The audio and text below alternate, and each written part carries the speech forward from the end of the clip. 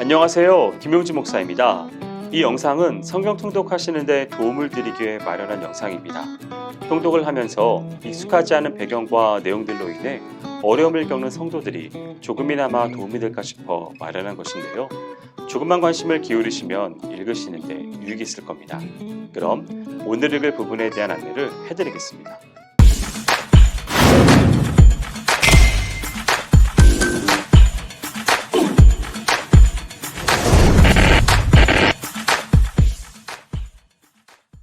오늘 읽을 본문은 출애굽기 13장에서 15장까지입니다. 오늘 본문은 출애굽기의 절정이라고 할 수 있는 애굽 땅을 떠나는 장면이 주를 이룹니다. 본격적으로는 17절부터 시작되는데요. 그 전에 앞부분에서는 12장부터 이어졌던 애굽을 떠나기까지의 여정을 소개하고 있습니다. 여기에서는 장자와 무교절에 관한 언급이 나옵니다. 출애굽의 백미는 홍해를 건너는 일입니다. 애굽에 대해서 하나님께서 이전에 행하신 것들이 홍해 바다에서 이스라엘을 기적적으로 구출하시는 데에서 절정을 이룹니다. 홍해를 건너는 사건은 이스라엘인에게 익숙한 표현인 하나님께서 너희를 애굽에서 구원했다의 가장 핵심이 됩니다. 이스라엘의 구원은 하나님의 주권적인 계획에 의한 것입니다. 하나님 스스로 간섭하셔서 구원하신 것이지요. 애굽에서 가나안으로 가는 길은 여러 갈래가 있습니다. 그 중에서 가장 가까운 길은 애굽에서 동북쪽 방향으로 가는 길입니다.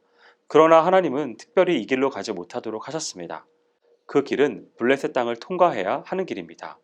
블레셋 족속은 무기와 훈련, 정신적 태도에서 이스라엘 백성보다 군사적으로 우월했습니다. 그래서 하나님은 이스라엘 백성들이 주변의 위험을 피해 홍해의 광야길로 가게 하였습니다.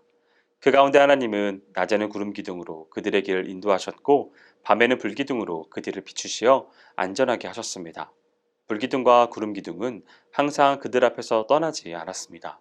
그것은 그들 가운데 계신 하나님의 임재의 명확한 상징이었고 신적인 기원을 가진 초자연적 현상이었습니다.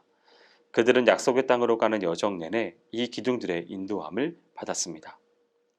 애굽 왕 바로는 마음을 바꾸어 출애굽하는 이스라엘 백성들을 추격하였습니다.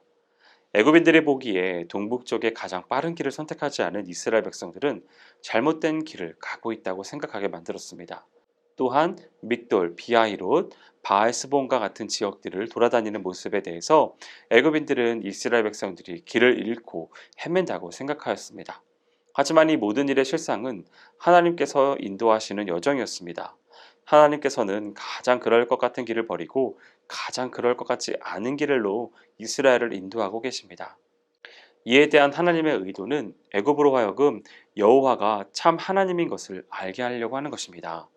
여기서 하나님은 바로의 마음을 강팍하게 하셨다고 기록하는데 이는 여호와 하나님의 주권이 이스라엘에게만 머무르지 않고 애굽에도 적용된다는 것을 밝히고자 하기 위함입니다. 병거 600승과 애굽의 모든 병거는 숫자적으로 도망가는 노예들을 추적하기에는 너무 많은 숫자입니다. 이는 애굽이 절대적으로 우세한 군사력으로도 이스라엘을 추적하여 압도하지 못했다는 것을 보여주며 하나님의 초능력적인 권능을 강조하려고 하는 것입니다. 전방에는 바다를 접하고 후방에는 추적하는 막강한 애굽 군대를 피하며 이스라엘은 생명의 위협을 느껴 불평과 탄식을 합니다.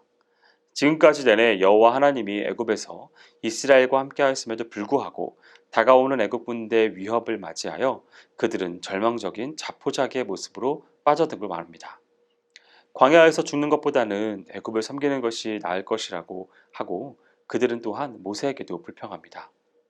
애굽이나 이스라엘 모두 그들이 한 일에 대해서 후회하고 있습니다. 이 모든 것이 하나님의 섭리 안에서 일어나고 있다는 것을 애굽이나 이스라엘 모두 이해하지 못하고 있는 것입니다. 이때 모세는 여호와 하나님의 권능과 여호와 하나님에 대한 믿음을 갖기를 이스라엘에게 권면합니다. 추적하는 적들을 등 뒤에 두고 앞에는 바다를 맞이하며 전혀 희망이 없어 보이는 상황에서 모세는 하나님께서 이스라엘을 구원하실 것이라는 것을 선언합니다. 이런 상황에서 출애굽의 대장정의 정점인 홍해를 건너는 일이 시작됩니다.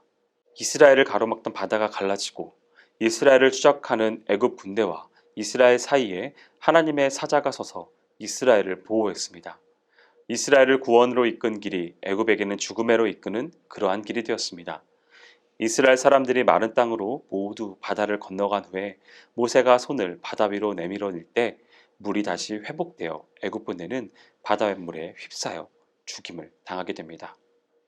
15장은 12장에서 15장에 이르는 출애굽 기록의 절정을 이룹니다. 시의 형태로 구성된 이 장은 출애굽의 승리의 노래입니다.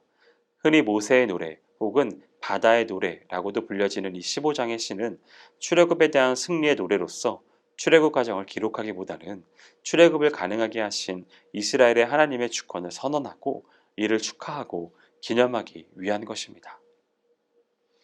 여기까지 출애굽기 13장에서 15장까지 성경 통독을 하실 때 도움이 될 만한 내용을 전해드렸습니다. 혹시 이 외에 질문 있으시거나 나누고 싶은 이야기가 있으시면 밴드나 댓글로 달아주시면 필요한 도움을 드리겠습니다. 그럼 내일 다시 만나도록 하겠습니다. 통독 화이팅 하세요.